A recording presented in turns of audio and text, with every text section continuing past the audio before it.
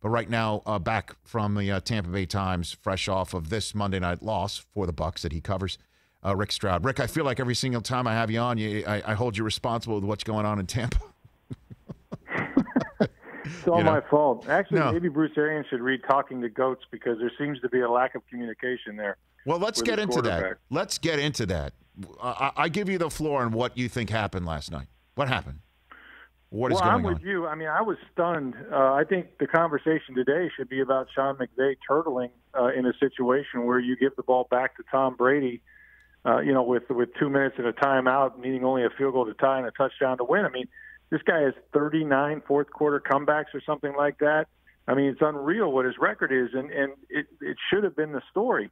But we have seen, Tom Brady struggle now against good defenses, not against everybody. I mean, he tore Carolina up, obviously, but against good defenses, and really struggle throwing the ball down the field. And in that situation, I'm not even sure you need to take a shot right there. I mean, you just, completed a ball to Mike Evans. You're close to midfield.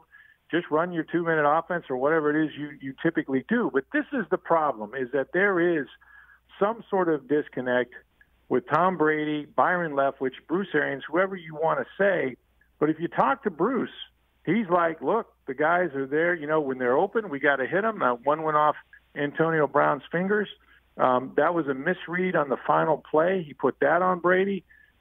Bruce is calling him out and holding him accountable for every mistake he's made. And against the good teams, he's made a ton of them. I mean, he's got, 7 of his 9 interceptions have come against, I think, the Saints and in the Rams, the two, better teams in the NFC. So for whatever reason, and we drill this down every week, it's not happening. And it's not happening, particularly throwing the ball down the field. So I know it's a team game, but, that's the problem. When you bring in a guy that for 20 years has done nothing but take you to Super Bowls, the expectation is he's going to do the Super Bowl. And he hasn't been able to do that. And now, they got the world champions coming in here on Sunday, and they could be, by the end of the day, next Sunday, they could be looking at 7-5 and hoping to win out or do really well in the final 4 games just to make the playoffs. Well, before we get to turn the page, let's just linger a little bit on what we've just seen and what we have seen. I mentioned at the top of the show that nobody really in the NFL wants to start with 12 straight weeks. I mean, a bye week in week 13 is not what you would normally circle and go, okay. But, if you haven't had OTAs, you haven't had anything but public practices in the park to get on the same page prior to a season starting, you want as many reps as you possibly can get. And here we are in week 11 saying the same things as we did in week 1 coming off a loss. Is what was Brady thinking? Or is Arians, calling him out in a manner with which Brady is uncomfortable? And Brady's comfort level. I had Arians on it last week, and I asked him, hey, Kurt Warner's telling me he doesn't think that Brady's comfortable in this offense yet. What do you think? And he agreed with that assessment. I asked him when he thought Brady would be comfortable in it. Then he laughed and he said next spring. And, I don't think he was joking, Rick. I don't. No, Rich, I think that's possible. And, you can only get so much done. You came in here, the pandemic, all of those are really good excuses. Here's another one. They kept adding to this football team after they started playing, or were beginning to play. I mean, and Jason Light has pretty much, whether it was Gronkowski in the offseason or, hey, here's Leonard Fournette, let's bring him in. Oh, hey, here's Antonio Brown, let's bring him in. Well, when you do that, can you have too much talent in football? No. But, you were starting to hit some strides a little bit against the Raiders, which is a good football team. You're hitting some deep balls to Scotty Miller. Well, now Scotty Miller is on the field 12 to 15 plays. And I'm not saying that he's a better player than Antonio Brown, but that just adds to the lack of continuity that you're trying to build. There were guys that were at least throwing with him back in February or March at the high school at Berkeley Prep. And, they've continued. Here's what they don't have. They don't have a running back who can catch the ball, beat man coverage, and make plays after the catch. You can say Leonard Fournette's caught 70-something balls in a season, but you know what? He's not a route runner. And he dropped 3, and they said, Bruce Arian said just a few minutes ago that 2 of those were on Tom Brady. I mean, everything seems to come back to the quarterback. And I had somebody tell me, which is unbelievable if you think about it, that Brady might have a confidence problem right now.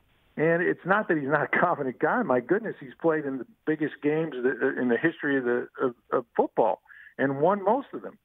But as far as when he goes out there, you can see that they're just, they're grasping at straws at times. And, even though he's involved, what's the game planning? What do they do on the sidelines? I mean, Bruce said today he's over there on the sideline between series picking the plays that he wants to run and sort of calling his own plays. So I don't know. It's an issue, and I don't think it's going to change. They still got, several weeks to try to fix it.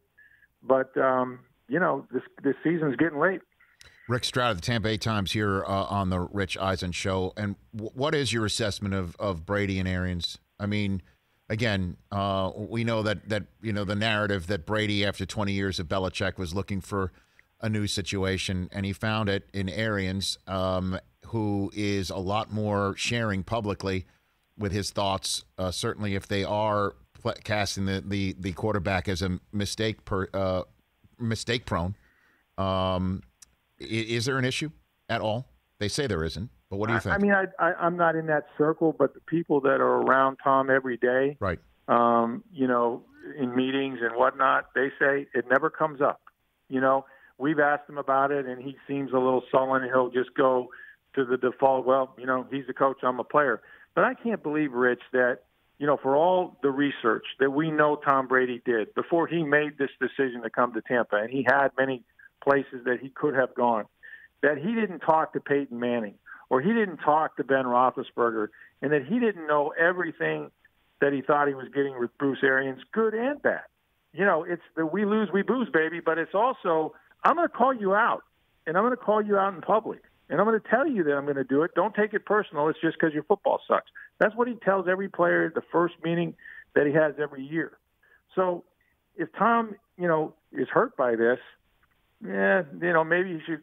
You can't ask the goat to have a thicker skin, but I mean, I think he wants to be accountable. I think he wants to see the other players see him be held accountable by Bruce Arians, because God knows, Brady's holding everybody accountable on the sidelines and in practice and everywhere else. So that part might be a little overstated. It is shocking because we're used to Belichick not saying anything, but then what did he say in private? I think too much is made of that. But if it all falls on Tom's shoulders, then that's where it was going to go anyway. Rick Stroud, Tampa Bay Times. Couple more minutes left with him right here on the Rich Eisen Show. Okay, so let's turn the page and let's go glass half full a little bit here, because it's not as if this is a 4-7 team. They're 7-4. There is a 7 seed out there as well. The only teams that could maybe displace them in this game of musical chairs are the 5-5 Bears, or a trio of 4-6 teams. So it's not like they're in danger of missing the playoffs, even if they do lose this coming week against Kansas City. You have the GOAT. Again, Brady, I think those throws that Arians was pointing out that didn't connect with Fournette came from just quickly getting it out, because the offensive line is banged up, and potentially he's a little concerned about his protection. But he's still making some great throws. I mean, he found Evans on this, from the opposite hash last night to a sideline. He's making the throws. I don't think it's his arm. And then you do have an incredible, Bucs still do have an incredible amount of talent. Question is what is the fix? Like, what do you think these smart guys like Arians are going to get together and the fix is going to be? What is it, Rick? What do you got for me? Well, it's a great question. I mean, I think, it's week to week, Rich, and that's the league we live in, right? I mean, you've got a whole nother problem coming to you. You can't worry about what just happened. These guys got the Kansas City Chiefs, who are extremely explosive. The Bucs had trouble, with some of the quick throws and tackling the Rams receivers. Just wait till they see Kansas City. Right. So you probably want to do something a little different and try to minimize the number of possessions that you give Patrick Mahomes. I don't think you want to get in a shootout, much like they really didn't want to get in a shootout with the Rams, and they kept the score reasonable. So it's hard to know. I mean, there's so little time. You can't fix everything, right? You've got to hope you get Ali Marpet back. You got to hope that, A.Q. Shipley, who had a stinger, can play. I mean, they got issues of just trying to figure out who's going to go. And then it's a matter of, executing. One thing I know about Tom Brady in the short time I've been around him, he's not very pleasant to be around. Generally, he's pretty focused. But when he loses, it's going to be a rough week of practice for everybody over there, and he's going to be hard on himself. So, I think Kansas City's got a big edge here. Don't be surprised if you don't see the best game from Tom Brady on Sunday. We haven't seen it week to week, and this is a great football team. But I do believe you're right that they play the Falcons twice. They play Minnesota, and they finish, I think, with Detroit or something like that combination. So they still have a good chance of making the postseason. It would be a lot better to be a higher seed. There's no doubt about that. You could find yourself in Green Bay or something. But they're not giving up. And we know this about Brady. I mean, how many times have people written the guy off, right? Of course. Right, and although he's never won a championship playing on Wild Card Weekend, which it sure looks like they're going to do because they don't have the tie break against the Saints. And that's my last question for you. I'd be remiss if I didn't ask you your 2 cents on Jameis still not getting the start with Breeze out for 3 straight weeks, and the kid that you've been covering for so many years now winding up in New Orleans. I don't know if there's any. I know you've got obviously the Bucs in front of you, and the Saints are another team, but I'm wondering what your 2 cents are or anything you've gleaned from all of this. Well, I was surprised. I really thought that this was going to be the best shot that Jameis would ever have in his career would be to, watching him come in and hold the fort when Drew got hurt.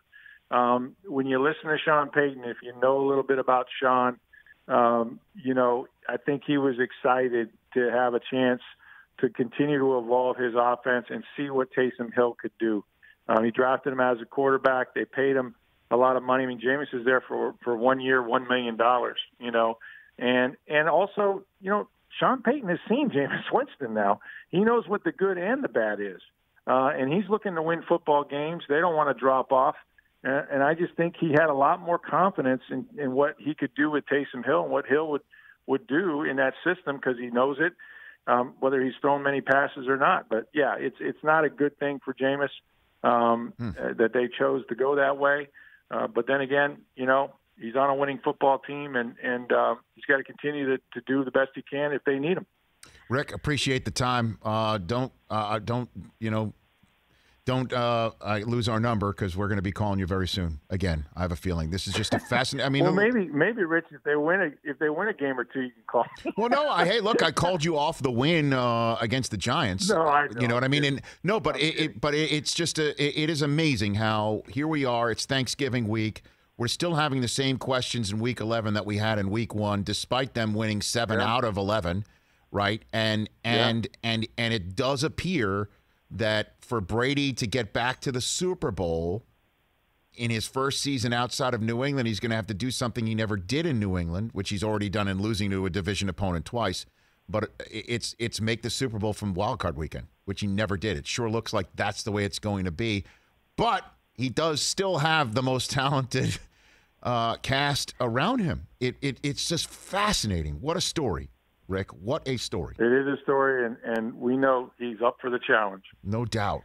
Thanks for the call, Rick. We'll chat soon. Have a good Thanksgiving with your family. That's Rick Stroud here at the Tampa Bay Times. And I would be remiss if I did not mention Sean Payton is our first guest tomorrow. Hey, you watched all the way to the end. Thanks for that. Watch more right here.